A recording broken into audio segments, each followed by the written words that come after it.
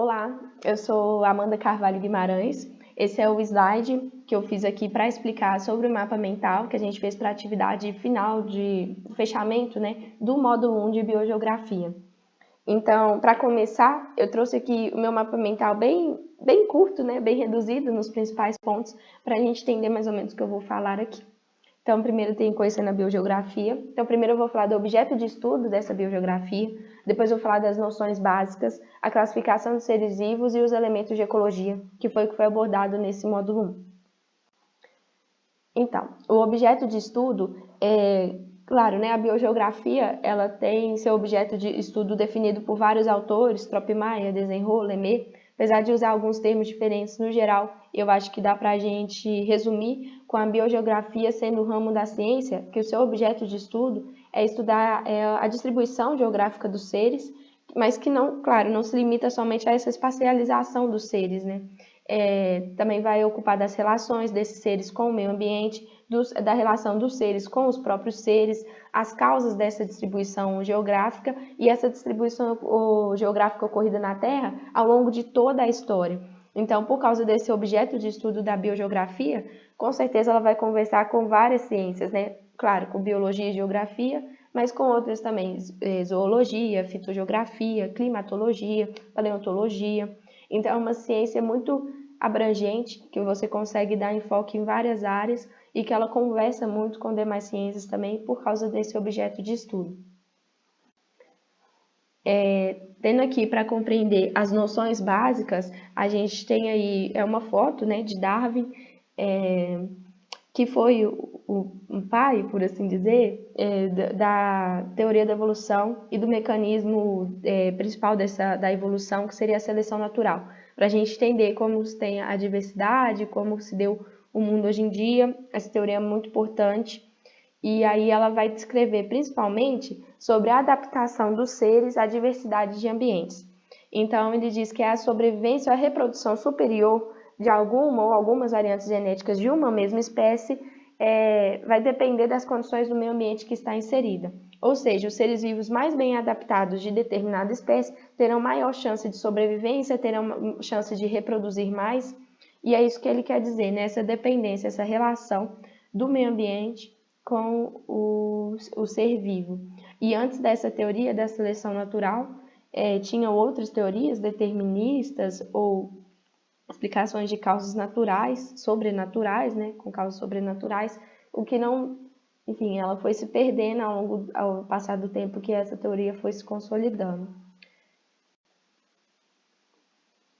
Bom, agora a gente entra na parte de classificação dos seres vivos. Importante falar que nessa classificação a gente tem regras de classificação universais. A língua usada para toda essa classificação dos seres vivos é o latim, e a gente tem essas regras justamente para que se possa classificar os seres vivos em qualquer parte do mundo e em qualquer estudo essa classificação seja igual para facilitar a comunicação, facilitar esse catálogo, basicamente, que a gente tem dos seres vivos já registrados, esse estudo das espécies e, enfim, de grupos maiores também.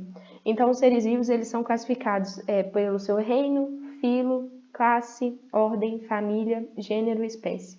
Sendo o reino aqui o mais abrangente de toda essa classificação e a espécie sendo a mais específica de toda essa classificação.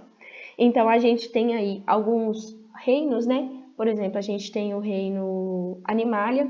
O reino Animalia ele vai ser composto de animais invertebrados e vertebrados também. Por exemplo, répteis, mamíferos, peixes, aves. Eles são heterótrofos, então eles não produzem o próprio alimento. E esse próximo aí é o reino Plantae. Eles são autótrofos, então eles são pluricelulares, como o Animalia também é. Eles podem ter a reprodução sexuada ou assexuada, depende da planta, e a respiração dele é aeróbia. Ele pode ser representado por gimnospermas, pteridófitas, angiospermas, enfim. Também tem o reino Fungi, e o reino Fungi, eles vão ter alguns, que são macroscópicos, alguns a gente pode até se alimentar, outros vão ser lebedulas, bolores, enfim. O reino Monera, ele encaixa principalmente as bactérias.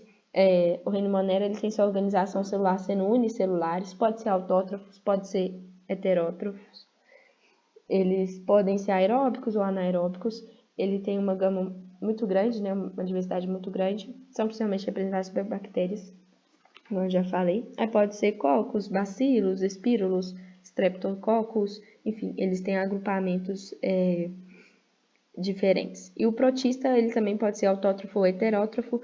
O tipo de célula eucarionte, pode ser uni ou pluricelular.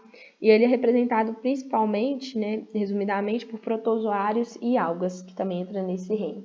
E esses são os 5 reinos que a gente tem dos seres vivos. E aí a gente entra nos elementos de ecologia. Os elementos de ecologia, a gente tem o fator limitante e o limite de tolerância. Então, o limite de tolerância, a gente pode entender como tem fatores ecológicos, né, que vão determinar os seres vivos que estão ali, que vão controlar, que estão naquele ambiente que o ser vivo está. Então, tem a variação de fatores ecológicos e tem um limite superior que pode ter, né, desse fator ali no meio, e o limite inferior.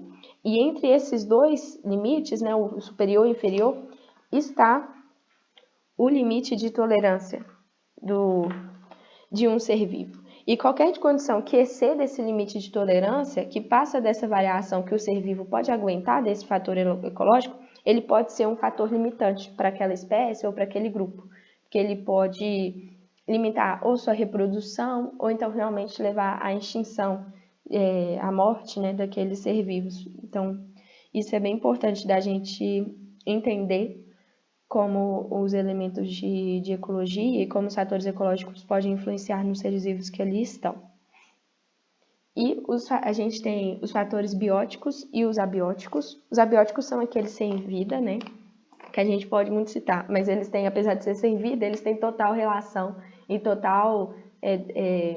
são muito ligados, né, com os fatores com vida, porque a depender da variação dos fatores abióticos, vão ter determinadas espécies ou outras, ou não vão ter determinadas espécies, enfim. Os abióticos, eles podem ser resumidos principalmente clima, que aí vai abranger umidade, a temperatura do local, a luz, a radiação, a precipitação, a disponibilidade de água e o solo.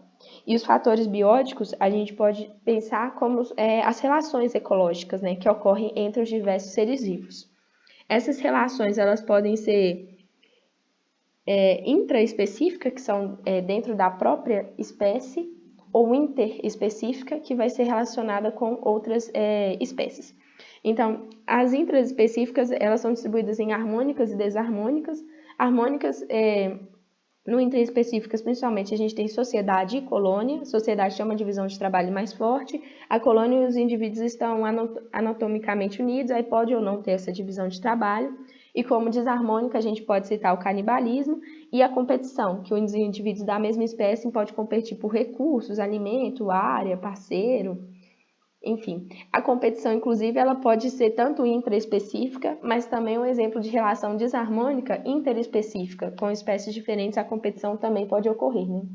Interespecífica, de relações, a gente tem harmônicas o comensalismo, que duas espécies diferentes vão interagir, e apenas delas é beneficiado com essa interação, mas a outra não é prejudicada, só não tem não causa prejuízo, não causa nada, não interfere. E o mutualismo, que duas espécies diferentes vão interagir e as duas serão beneficiadas.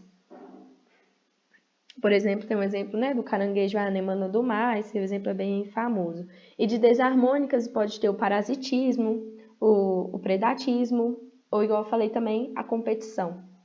Aqui, passando aqui, tem as referências, né, do meu trabalho. E aqui é um link para o meu